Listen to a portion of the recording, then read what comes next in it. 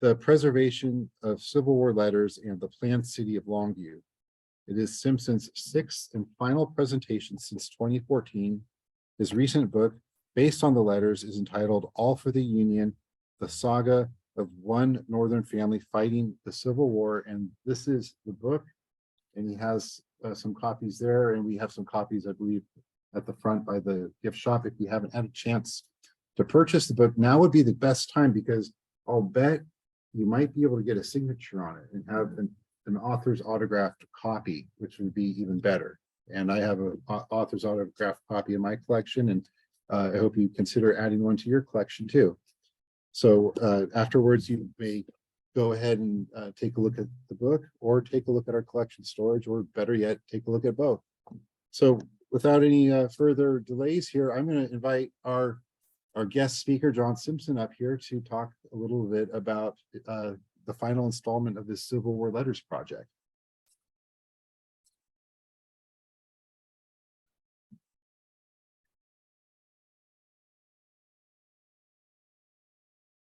After some technical assistance here.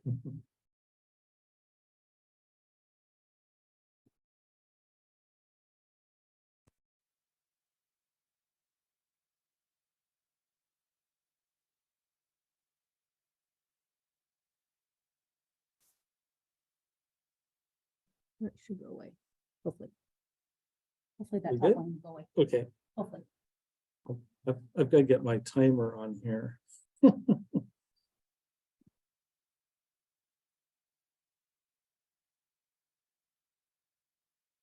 Thank you, Danielle.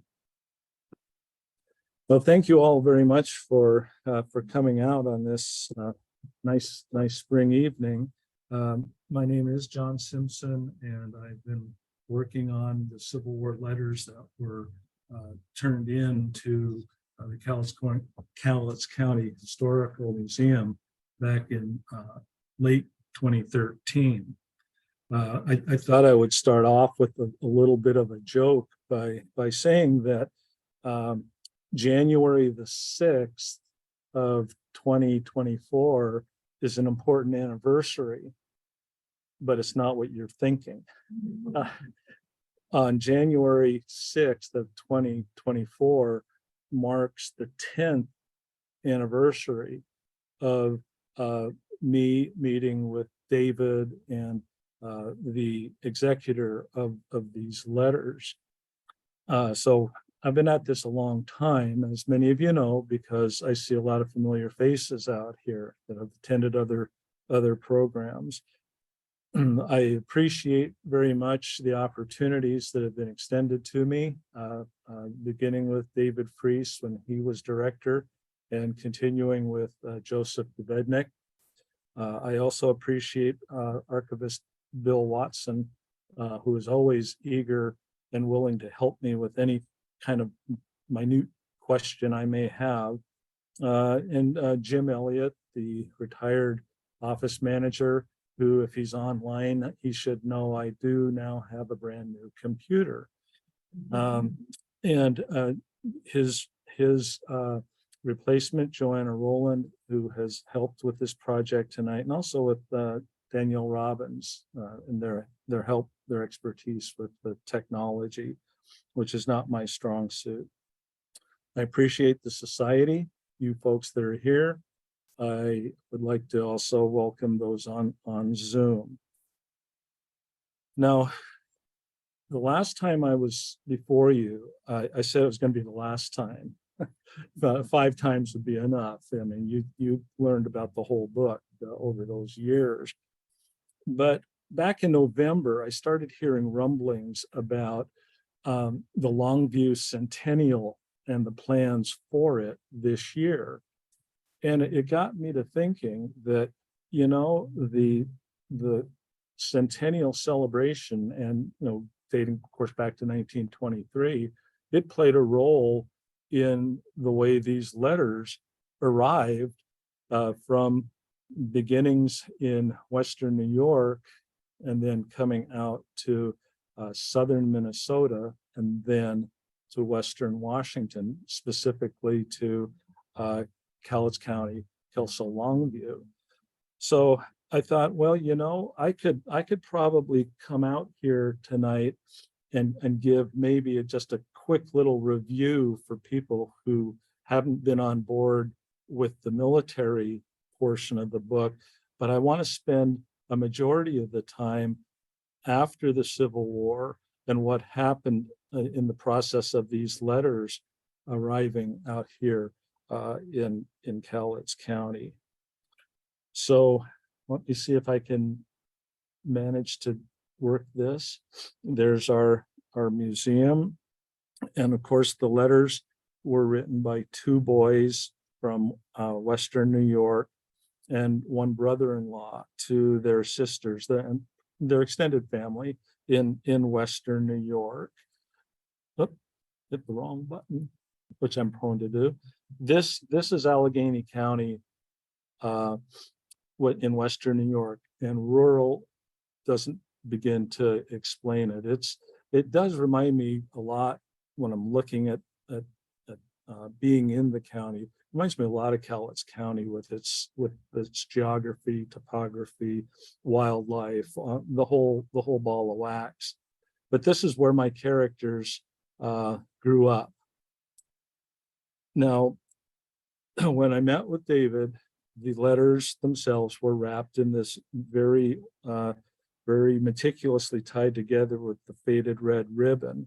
And I did archive them. The archival gloves are over there it looks like I was making mud pies with them, but I was really just only using them on the letters. I labeled each one with the people involved and the dates, the typical things that a historian would do.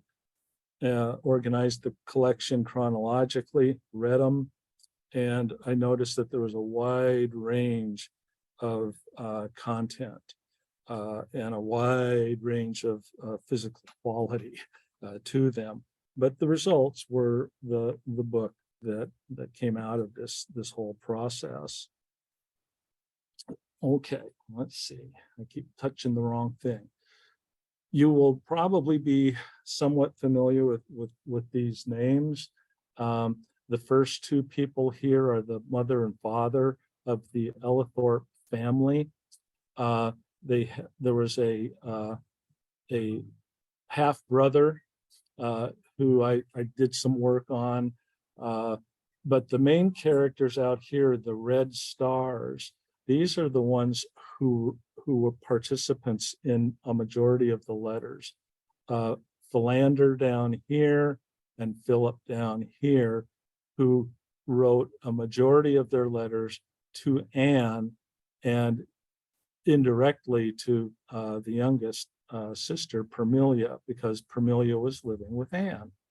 So as we're marching through this, what I want you all to remember is that the wartime portion of the book and the story revolves around Philander and Philip, and also what's going on with Anne and Permelia at home.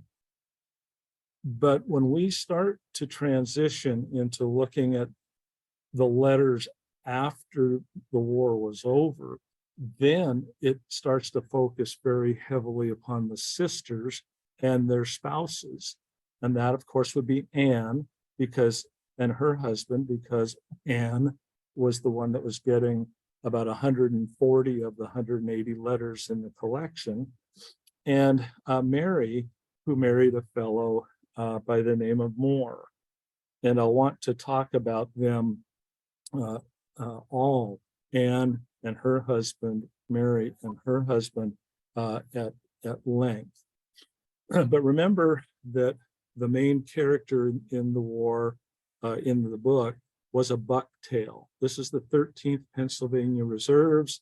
They like to put little deer tails on their hats, and they developed a very ferocious reputation during the war. This happens to be an original photograph of carried away, of Corporal Joseph Barnes. Barnes was the tent mate of my character. And for the longest time, in fact, up until about 2 weeks before I sent the final batch um, of things to my publisher, I didn't have a photograph of my character, Philip. But this guy would have to do for the time being. He was quite a fighter. In fact, some said that he was crazy because he would get really amped up in the moment of battle and would do some things that would either be considered heroic or foolhardy. And maybe there's a thin line between those. Now, I said I didn't have a photograph of Philip, but I did find one. This is a photograph in the Library of Congress's collection, and the headline above it is "Unknown Drum and Fife Band at Camp Griffin, January 1862." Well, this guy up here, Asa Burleson, was the band director of the 5th Vermont Regiment. Philip down here is with Asa at this Camp Griffin. And I pieced it all together with the flag of the 5th Vermont, which my publisher, for whatever reason, cropped off the flag, which kind of hurt my story a little bit because it was a major component of me placing flag, this leader who was also pictured in a Gettysburg museum, and I know for a fact that this is Asa. So what I did, I blew this up to show my character down here. And it doesn't show up real well with the lighting, but right here on the side of his cap is his bucktail. Now, remember, the bucktails were a Pennsylvania regiment, and this is a Vermont fife and drum band. So I felt like a Civil War sleuth because I was able to, come up with something that the Library of Congress had yet to uncover. But I know that when the book gets reviewed further, some people are going to say, well, where the heck's the flag? And I don't have a good answer for that. The other brother's Philander, and this is Philander in his cavalry uniform. This photograph does not appear in the book because the only source for it was on the Find a Grave, which I know some of you have worked with genealogy. And I was unable to verify through the people who submitted this that this is actually him. So I can't take something off of Find a Grave and slap it in my book and say, this is Philander. But this is the best I've got to go with, and I'm sharing it with you all. Now, we could go into the blood and guts of the Civil War, but I would say that if you're really interested in the material of the brothers and their fighting and their experiences, Alan Rose interviewed me in his book chat, which is on KLTV as well. And I would recommend that you visit that to get a flavor for the military aspects of the war. It is important, though, I'll make one last plug here, of the two brothers and the two brothers-in-law. They fought in a total of 6 different regiments, and they were in every branch of the military. The Army, every branch of the Army, I should say, the infantry, the artillery, and the cavalry. And they were 3 of the 6 units were in the top 25 fighting regiments of the Union Army during the Civil War. So they saw significant military action. So let's make the transition from the fighting and the blood and guts to taking a look at the the letters themselves. To this point, this is the brothers, but now we need to take a look at the sisters after the war and how they how they were able to preserve these letters for posterity. First, there's Anne, and the family lived in Rushford, New York, in that Allegheny County. And Mary Ellithorpe, who is going to be living short period of time in Rushford, but then moves to Rushford, Minnesota. This is not a typographical error. I have not been able to figure out, although this part of Minnesota it has a nickname of like the New York of the West. So there undoubtedly there were people that were moving from that part of Western New York into Minnesota. But basically, as we talk about the sisters and their role, I want you to keep in the back of your mind that there's something out here in Cowlitz County in the future that's going to be playing a major role in the letters making it out here. So let's look at Anne. You notice that she's the oldest of the siblings. She's the head of the household when the Civil War begins, because the mom actually died about 2 months after the war began. She's a very studious individual. She's an accomplished seamstress. As I've mentioned now several times, she's the primary recipient of the letters and the custodian of the letters afterwards. She has a contentious relationship with her father, which I explore throughout the book. And she developed a lifetime personal relationship with Asa Burleson. Remember, he was the guy that was the head of that drum and bugle corps, and they are going to be married in June of 1862. So that's Anne, studious, feisty, as you'll find out. Now, the Burlesons of New York, Asa Burleson, he's 31 years old when the Civil War began, so he's a little older than Anne.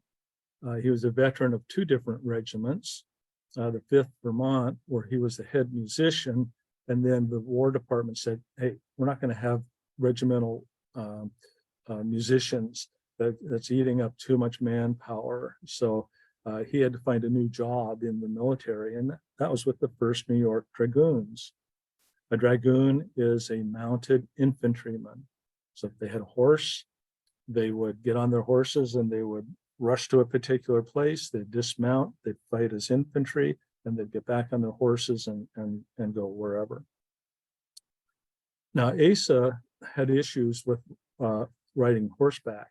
I'm pretty sure he wasn't very accomplished at it because he injured himself rather severely, so much so that he re-injured himself and then was discharged for that injury. Now, one thing you should know is that last item there, Asa and Anne are childless, but they are going to adopt a neighborhood war orphan who will live with them through early adulthood, and she will become a teacher. Interesting, because her dad, Asa, was a school teacher himself in Rushford until he passed the bar to become a lawyer. Now let's shift to Mary. Mary is almost like a shadow to me because she's the second oldest of the people in the family, not much known about her. She was bound out to her uncle Carlos and Aunt Eleanor. Finding out meant that if a family was experiencing hard times, they might loan their child to another relative, hopefully, and receive monies in return. And this was a common practice in pre-Civil War America.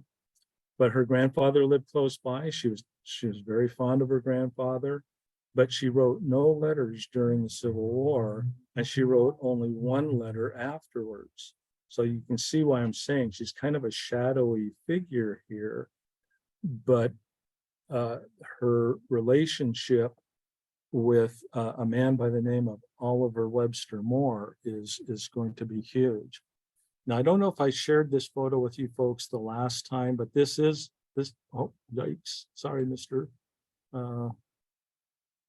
Carlos Stebbins here. He is a rock star back in this part of New York, even to this day. He was an accomplished painter, a portrait painter, and he painted many people in his locale. And he was also very bright in a wide variety of intellectual activities, a kind of a Renaissance guy, if you will. And he lived until 1914. He was very involved with schools in his hometown. So this is who Mary was living with. But Mary is going to meet a fellow by the name of Oliver Webster Moore. Oliver Webster Moore was born basically along the route of the Erie Canal, where his family would hopscotch along, I'm assuming finding work. But in 1848, Oliver Webster Moore becomes an apprentice in a carriage and a wagon factory.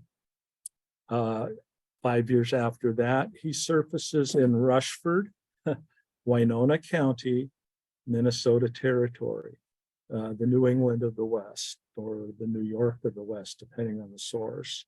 And he worked in the local wagon and carriage company there. Now, there's something else we should know about Oliver Webster Moore. As many relatively young men, he was 10 years older than the Ellithorpe boys, but he joined Company K, 1st Minnesota Infantry, when the Civil War began. But he developed chronic diarrhea and rheumatism. And some of you who have been with me in the past know that this pretty much did him in. And this was not uncommon, an uncommon health issue during the Civil War. He was loaned out to an artillery battery so that he could repair wagon casings that were destroyed or damaged in battle.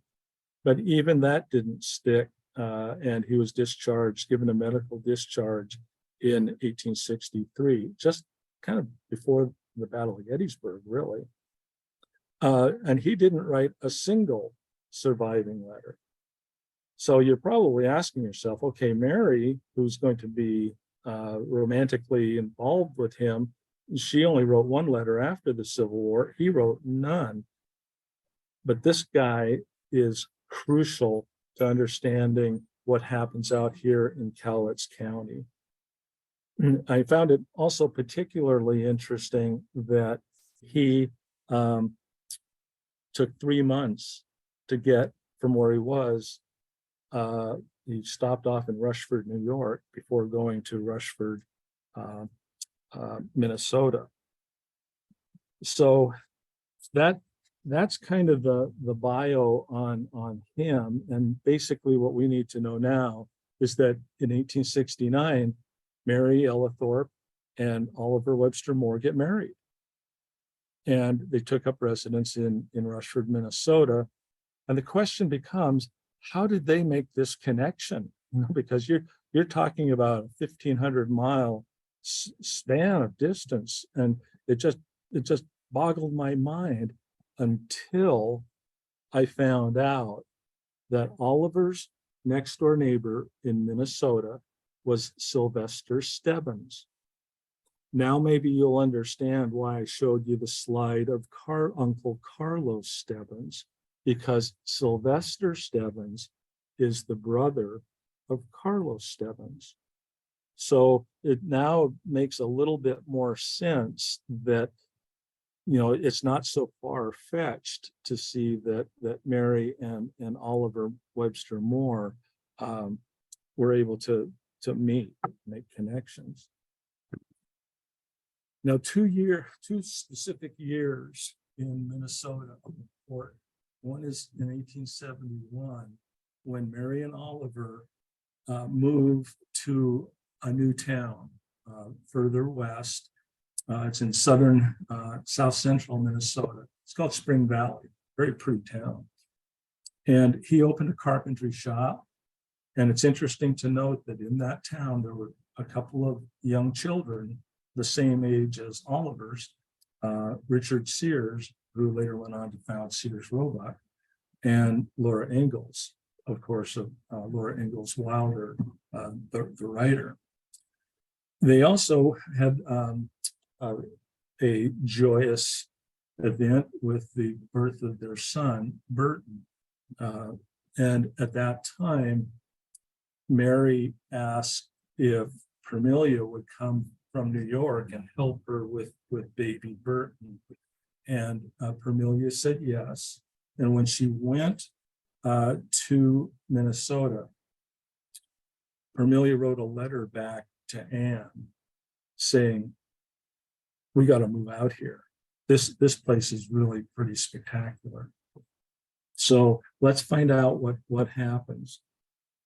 2 years after that birth, the Ellithorpe's father, Lyman, passes away.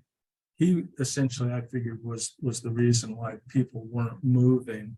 The family wasn't willing to move right away to Minnesota. But as soon as he passed away, Anne and Asa and Permelia and the little girl that they adopted moved to Spring Valley. And it was, incidentally, it was during the first of 5 consecutive years of grasshopper infestations in the Upper Great Plains. Laura Ingalls Wilder wrote about one of those in Plum Creek. Okay, and she's got a whole chapter in there about these grasshopper infestations and how scary it was for young people. Well, the Burlesons moved, and the Burlesons and Moores were going. Oops, I'm getting a little bit ahead of myself here. They remained in Spring Valley for over 40 years. So they're obviously going to be making an impact upon their community. Asa, because he was an attorney by this time, he held many town offices. He was instrumental in starting the Spring Valley Grand Army of the Republic post in that town. He became very active in Veterans Affairs. Anne, she utilized her skills as a seamstress and opened up a seamstress shop on the main avenue in town. And she was a driving force in what was called the Women's Relief Corps, which is very similar to the American Legion Auxiliary. And she was also the superintendent of schools. And incidentally, their adopted daughter became a teacher in the Spring Valley system, and then later married a fellow from nearby town, moved there and taught there until she passed away. Oliver, too, had a successful career in his wagon repair shop.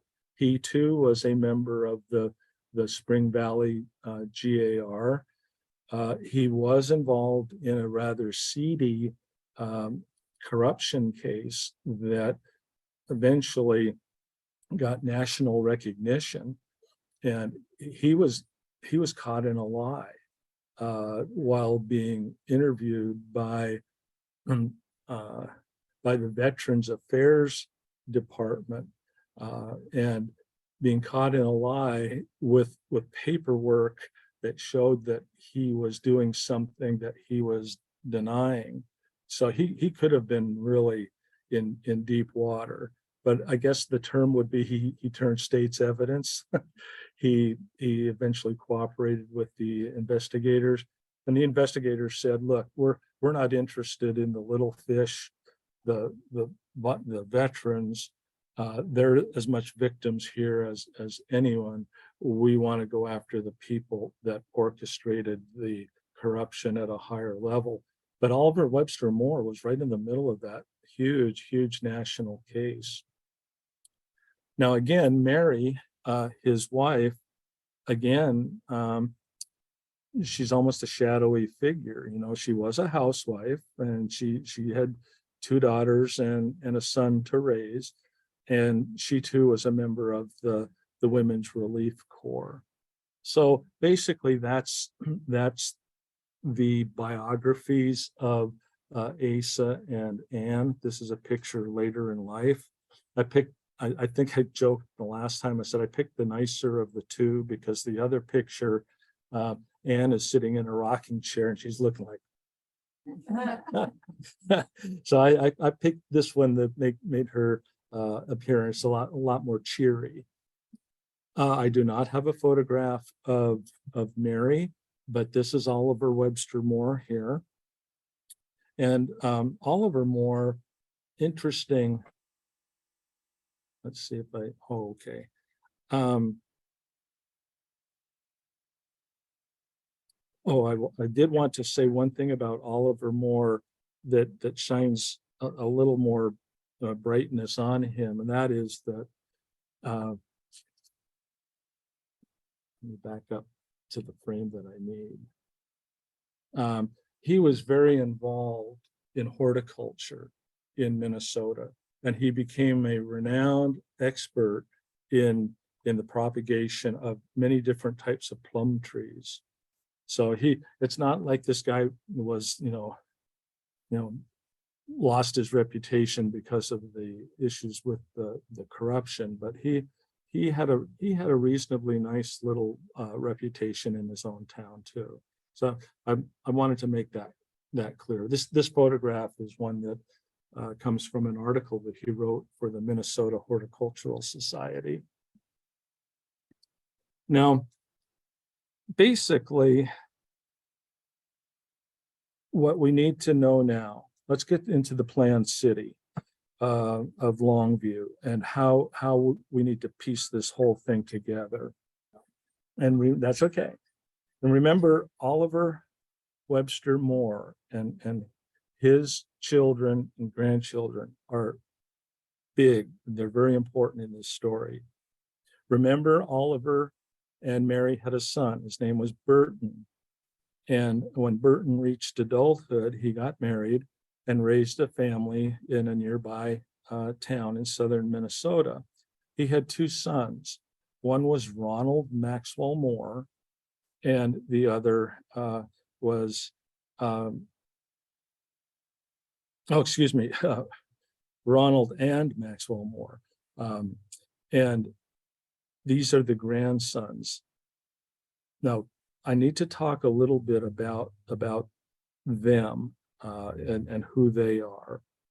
First of all, grandson Ronald graduated from a local high school, but before graduation, he enlisted in the U.S. Navy during World War I.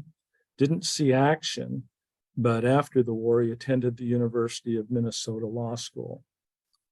Now, he graduated in 1923. Now, 1923 means something to us out here in Kelso, Longview, and Cowlitz County. Remember that the University of Minnesota is in St. Paul, and at that time, St. Paul was still known as a major headquarters for Weyerhaeuser Company. So there's a wood interest in this area for him. Well, in 1923, Ronald is a freshly minted lawyer, and he has been checking out some of the nationwide advertising that R.A. Long was putting out in magazines and newspapers throughout the United States. And this kind of captured his attention. So Ronald is going to come to Longview. He lived briefly in the 500 block of 15th Avenue in what we call the St. Helens Addition. And if that doesn't help you, you know where the House of Roses is. He lived about 2 blocks away from that location. And he is listed on the 1923 census that was taken for the city of Longview. And by 1926, he has formed a law partnership with Howard Atwell, a prominent judge in our area. And he moved, Ronald that is, to the old Kelso Hill. Now, the old Kelso Hill, let me help you out. If you know where Hilltop Market is, his home is about 2 blocks away from Hilltop Market. So Ronald kind of took to this area pretty quickly in terms of moving up the professional ladder. But he also was very much involved with the community. And I mentioned in one of my previous talks, he was in the Kelso Elks, the Masonic Lodge, the Columbia River Shriners, Guy Rathbun American Legion Post 25, and a charter member of the Kelso Kiwanis. Besides that, Ronald was a representative in Olympia for our district in 1933 to 35. Now, before I leave him for a brief moment, it's important to note that in the late 1930s, Ronald's father, Burton, moves from Minnesota to become the office manager for Ronald's law firm. So now here in Kelso Longview, we have the son of Oliver Webster Moore, and we have the grandson of Oliver Webster Moore. Now, one of the things that really kind of excited me about Ronald Moore, and this is bonus information, in 1926, Ezra Meeker was coming through this area. Now, Ezra Meeker was a pioneer on the old Oregon Trail. He arrived in Kalama in 1852, didn't stay very long because the river washed his place out, and he moved up to Puyallup, where he became very well known in the groundbreaking in the hops cultivation. But Ezra Meeker had a passion. His passion was for the Oregon Trail, and he made it his single objective in later life to advocate for the placement of monuments all the way along the Oregon Trail. And that's what brought him here. In fact, the first trip he took was in 1906. In 1910, his second trip, he was actually in the Rose Bowl parade. And then 1916 and then 1926. Now, this happens to be the 2 oxen that Ezra Meeker, Dave and Dandy, who came west in the first 2 trips. But basically, what I'd like y'all to know is that, before I mention the monument here in town, Meeker was able to convince President Coolidge to create a 50-cent piece to commemorate the Oregon Trail. And this is what it looks like. And that was minted for many a year. So Ezra Meeker had the ear of some pretty important people. Now, here's where I'm going to tie together Ronald Moore and Ezra Meeker.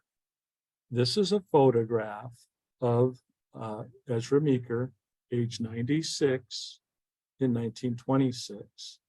This is David Boyce. He was the first hotel manager of the Monticello Hotel. They're standing by this monument in Longview.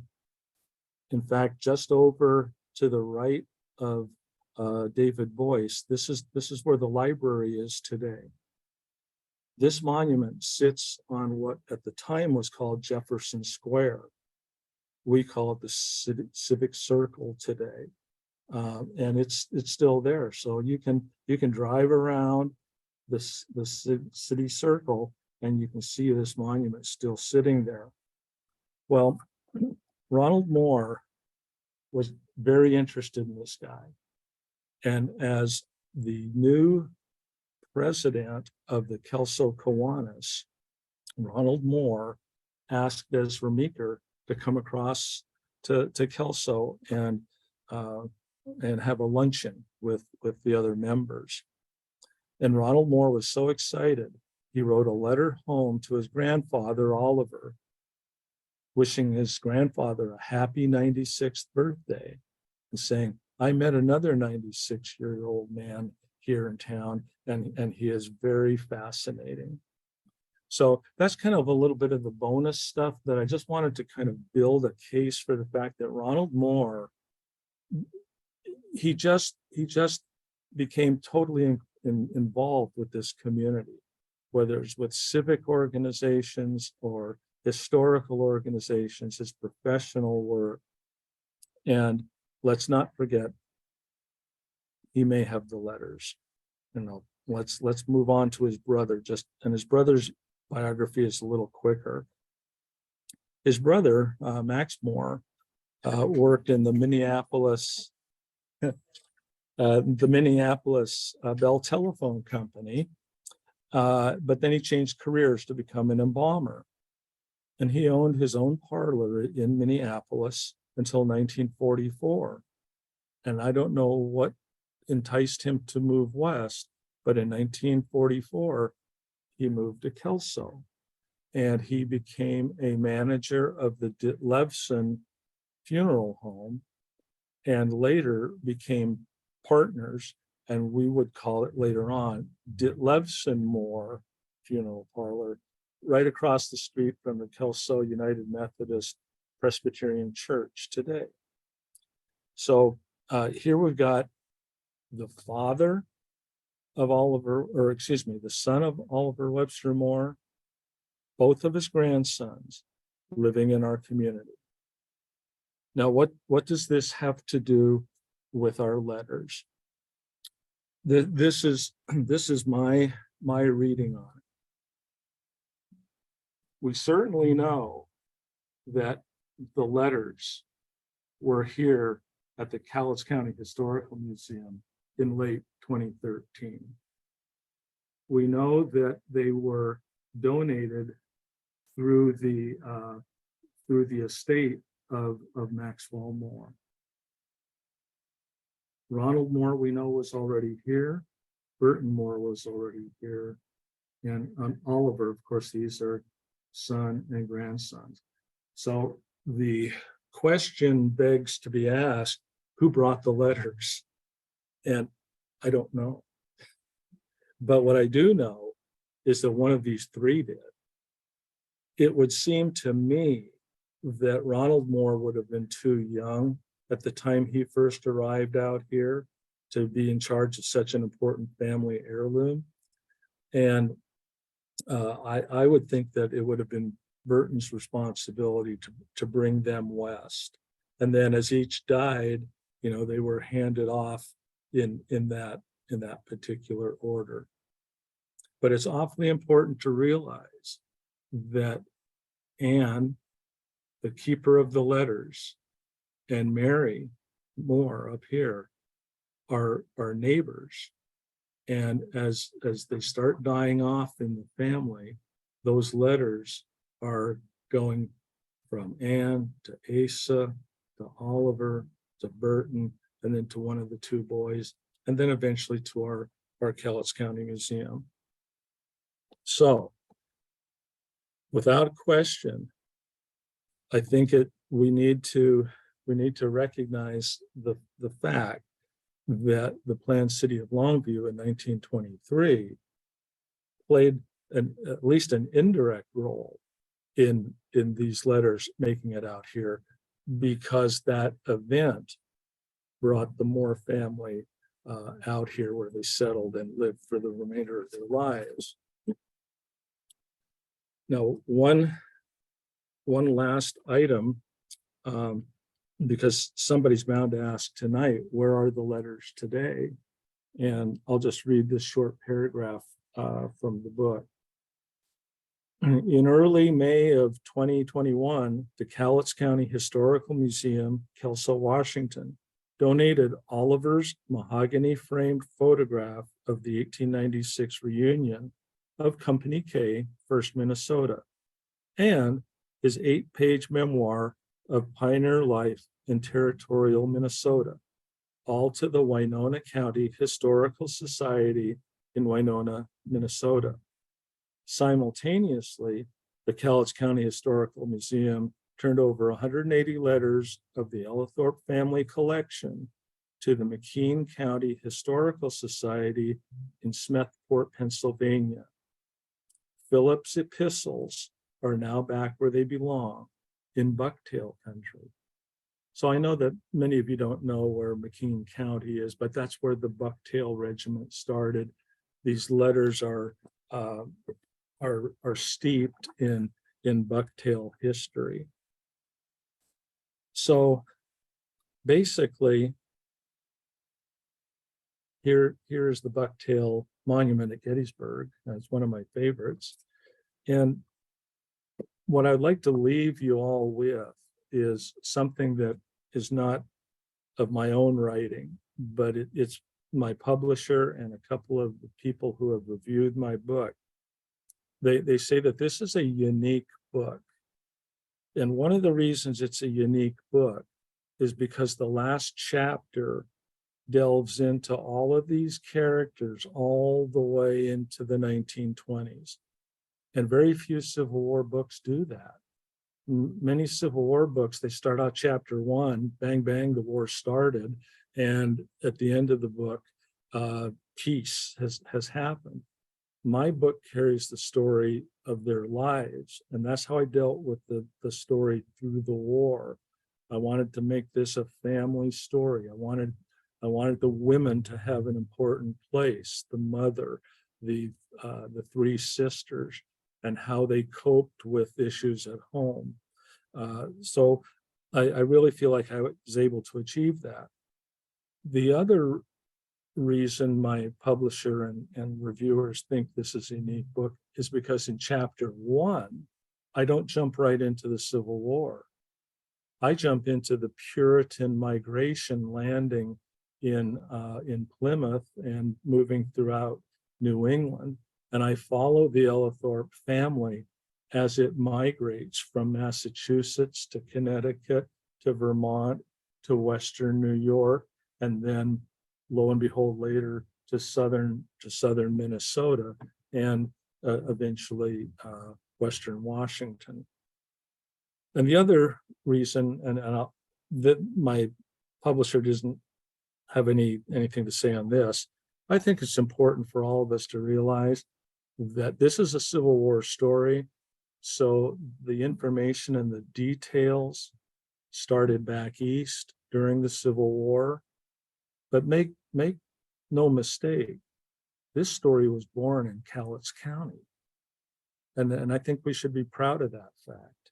And I was just an instrument to bring these letters to life. And I certainly thank again the museum for allowing me to look at the letters and go through them and make sense out of them. And it's been an enjoyable 10 years. I thought about that January 6th joke a little while ago, and I thought, wow, it's been 10 years. You know, that can be a long chunk of a person's time, and it can be a short chunk. And for me, it was a short chunk because this was very, very pleasurable to do. So I would entertain questions if is that the customary. We're good with that. And I apologize, my eyes are so bad that I can't always read what's behind me. I can't always, when I put my glasses on, I can't always see what's right in front of my face. So. Oh, I do have a question. Uh-huh. Have you shared this information with the Lower Columbia Genealogical Society?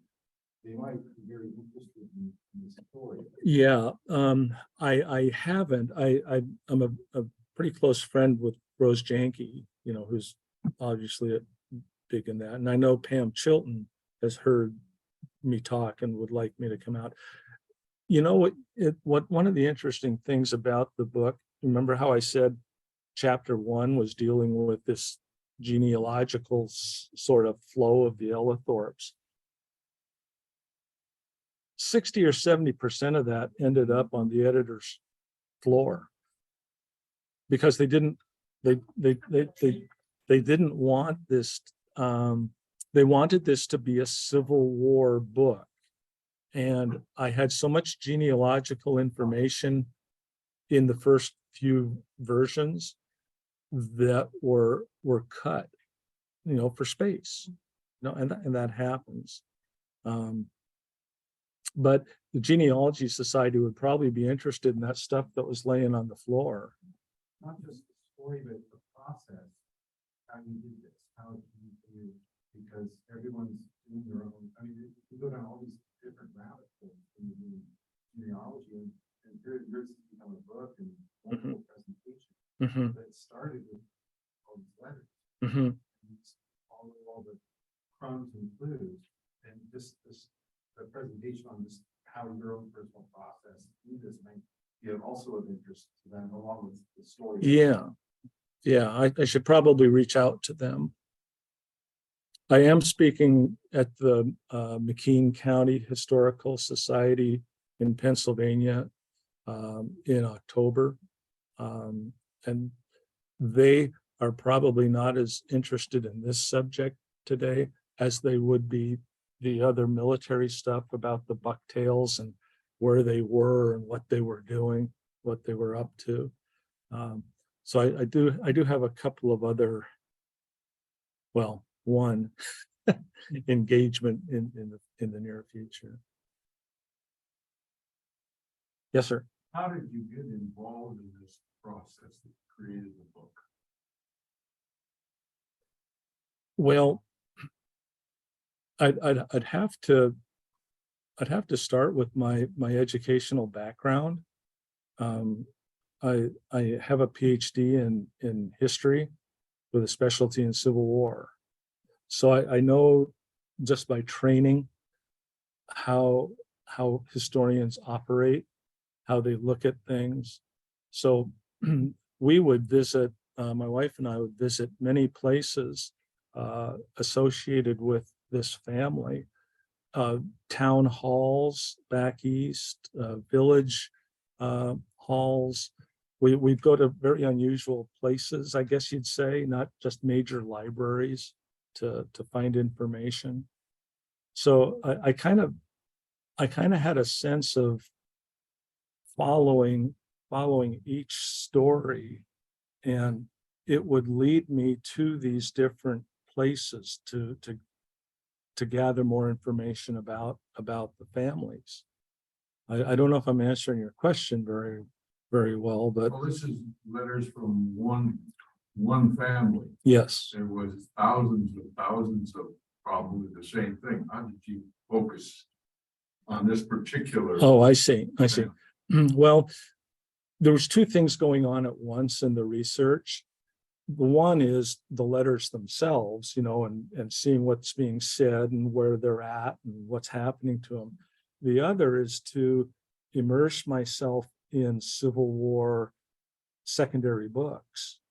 And when I was trained at the University of Oregon, my area of interest was not the Union Army, it was the Confederate Army. So 3 of my 5 books were on Confederate military history. Well, here David dumps these Union letters in my lap, and it's not that I didn't have the background, but I had the training to know where to go to look. So if I've got a boy that's fighting at Fredericksburg, I need to read about Fredericksburg. and not just junk, but what scholars consider to be the best books on Fredericksburg, and checking their footnotes. Like if there's an issue where a guy's saying so-and-so was on this hill and my letters are saying they were on that hill, I need to resolve that issue. So looking at the bibliographies of good books and also the footnotes. Footnotes for a historian are almost as important as the narrative itself that's presented. So I was doing these two things simultaneously to each other. And I'd be doing different topics too. You know, like I might be doing something on colonial Vermont, but at the same time, I might be taking a trip down to the Huntington Library in Southern California for Civil War stuff. So there were a lot of moving pieces, that would be going on at the same time. And I'd be the first to tell you that, but when I was done, I was worn out, because it was a challenging mental process to keep all these different storylines going and then to try to tie them all together. Yes, ma'am. Of the letters.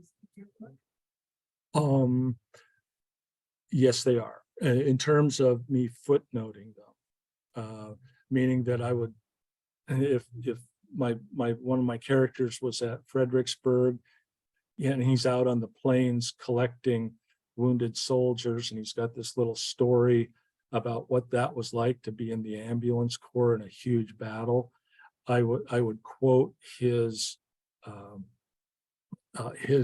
experiences that he would write home to his sisters.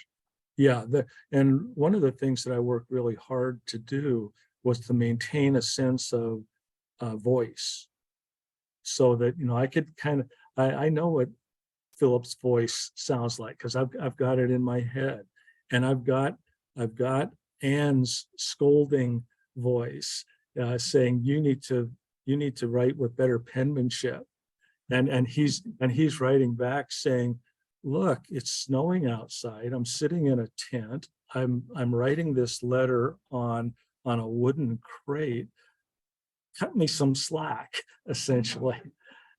So I really did, that's how I utilized them.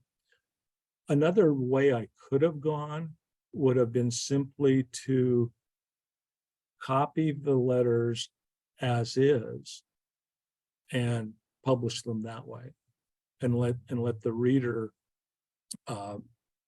wade through them. I chose not to do that because there were too many holes in the letters, time-wise, that a person would have needed help, a reader would have needed help to know, okay, that happened here, and then there's this over here, how did we get from here to here? And that's why I decided to do the kind of narrative that I did.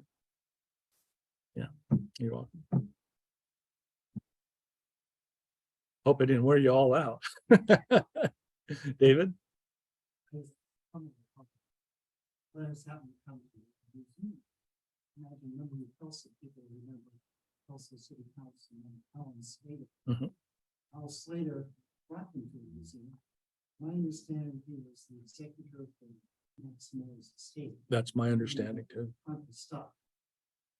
Back in my office, and as often happens, David, there's someone wants to talk to the director.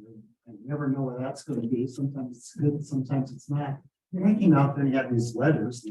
We talked about them a little bit. He wanted to give them to the museum. Of course, my first question was, did they have anything to do with Allen's County history? Quick look at it. Quick look at it. They didn't seem to. And so I don't know what to do with it.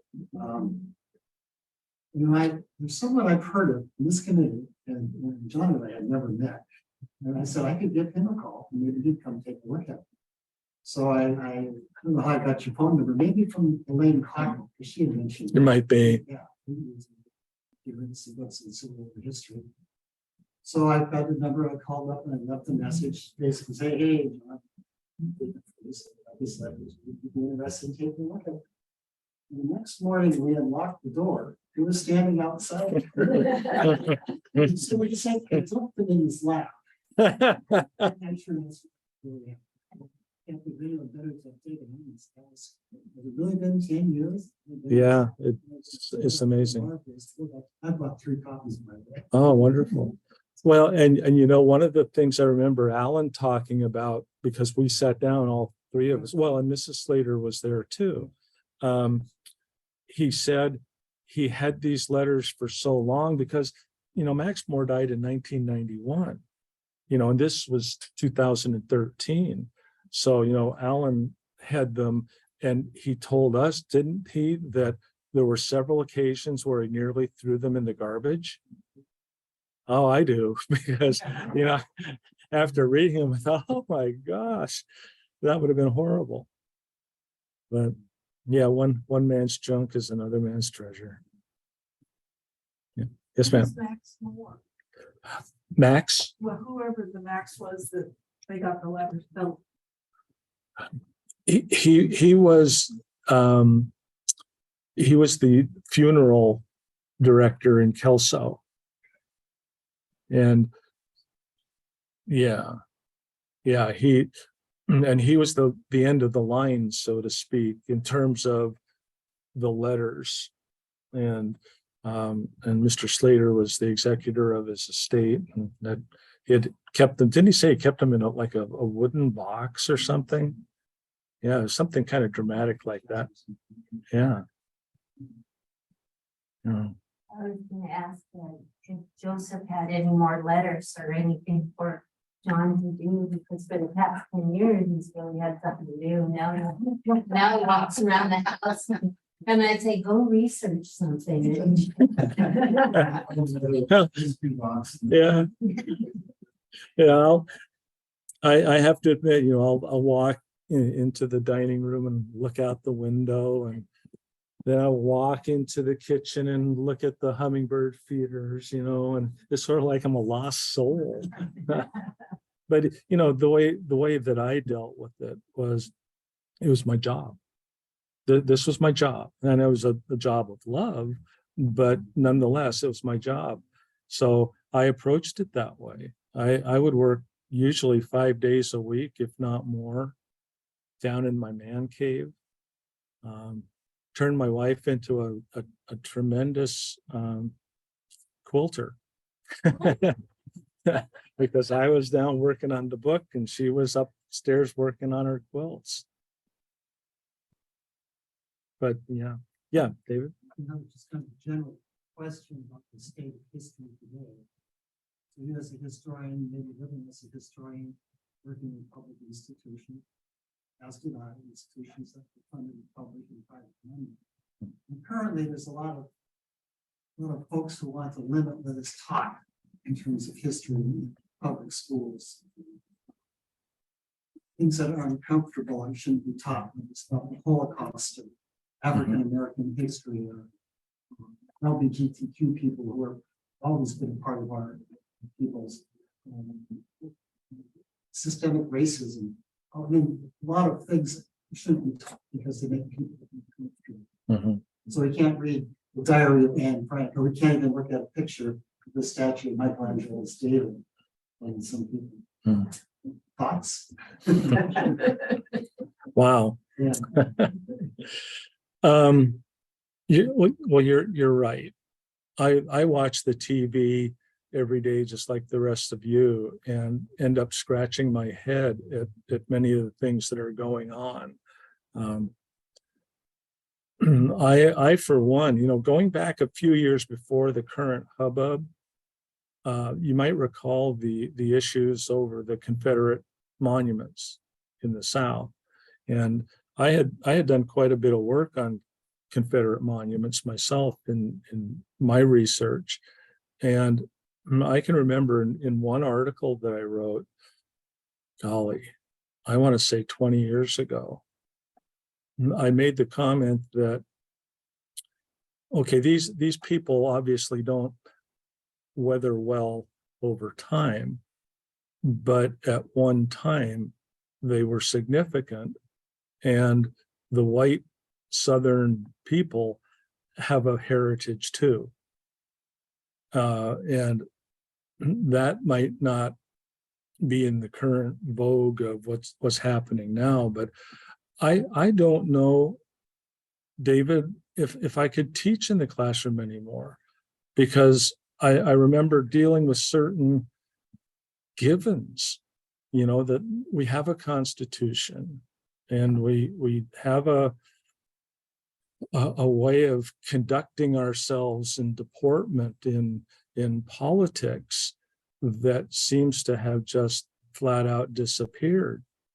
So how would I teach the 14th Amendment to my students in class without riling somebody who says I object? And where are we? I'm flabbergasted by the direction things have been going, and can only hope that we'll return to some sense of, I don't know, normalcy is not the right word, but just getting along. The current debt issue, I'm thinking to myself, okay, there's these on the right and these on the left, they're not going to like it. But that's the way democracy works. It's bringing consensus. And if it takes center Democrats and center Republicans to achieve that, stop projecting this as some sort of a lose-lose situation. This is, to my way of thinking as a teacher, retired teacher, old man, this is the way democracy works.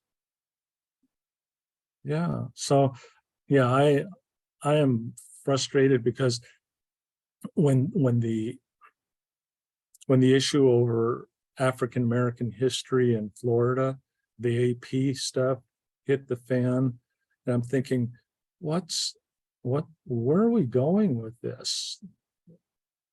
So I'm not sure. I can just stammer around all over the place, but anyway, I've spent some of my time on the rights, not the correct right, but the right in dealing with Confederate history and monuments and things like that. But there's so much value on the other side as well. Yes, sir. You feel like I've heard the term.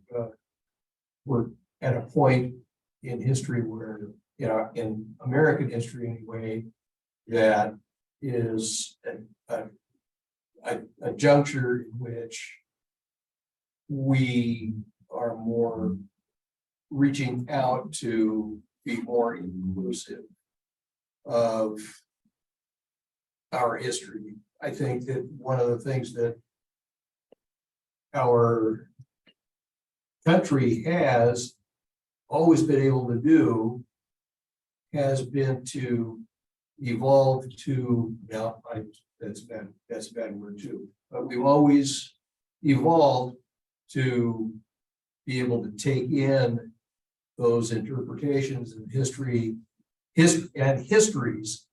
I mean, one of the big things that that we have is that we are able in this country to suck in and understand where people are coming from and understand, okay, maybe that wasn't the right thing to do. Maybe we can learn a little something. Mm-hmm. I know that myself, I'm interested in Native American history, but their history's not written in the way that we have, documentation. Mm-hmm.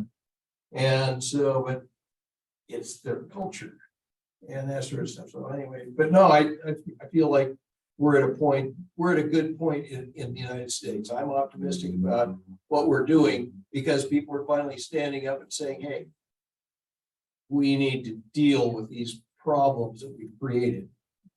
Mhm. And that's what we're doing. We're dealing with them. Maybe badly.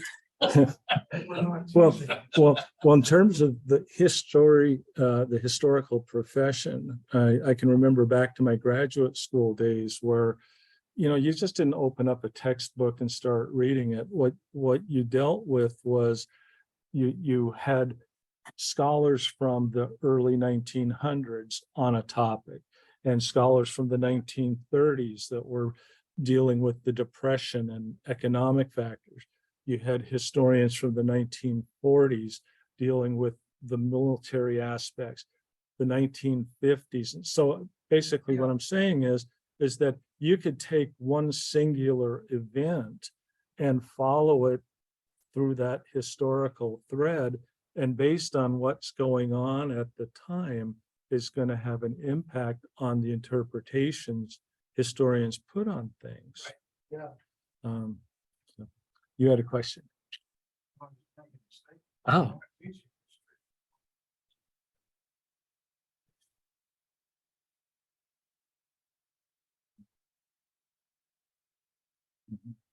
Mhm.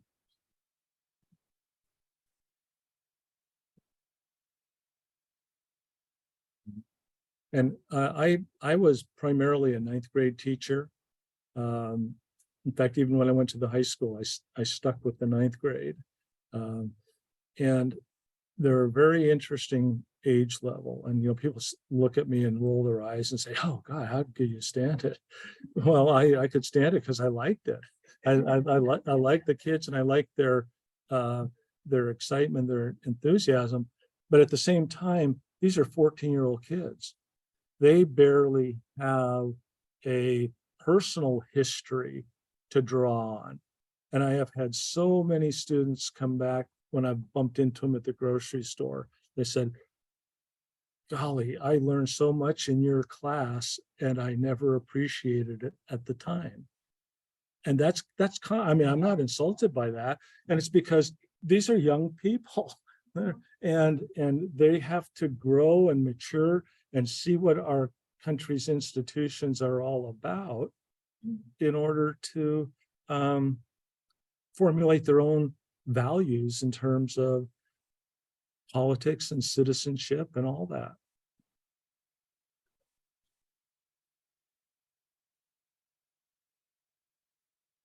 Well, thank you. Boy, is this going to be on TV? Just me.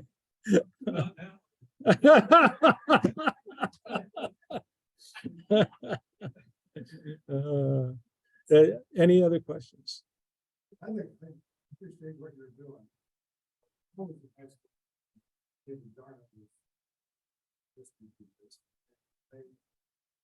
of the fact that they got a D. I would get A's in math and science, but history and stuff was not. And Yeah. then in my adult life, I had the opportunity to travel all around the country and start seeing, going to Gettysburg or going up to Boston and going to those places, and the appreciation of all that stuff is tremendous. Mhm, mhm. And so, nowadays, when they're trying to get rid of all that stuff, it wouldn't help me. I love going around and Sure. seeing all that history stuff. Yeah, and you just had to put a few miles underneath your sneakers to start to appreciate these kinds of things. Going to it was not much better than trying to read it. Yeah, yeah, yeah. Well, I'd like to thank you all for coming. I know that Joseph said that there are books out front, and I would just as soon, if you're interested in buying one, you buy through him, and I'll be glad to sign if we miraculously run out, which I doubt that we will. I have extra copies here, and I appreciate it. This is my 6th and last hoorah. I said that at the end of number 5 talk, and I might even have said it at the end of number 4 talk. But this time, I think we've reached the end of the road. We got the letters out here at Kelso Longview. Thank you.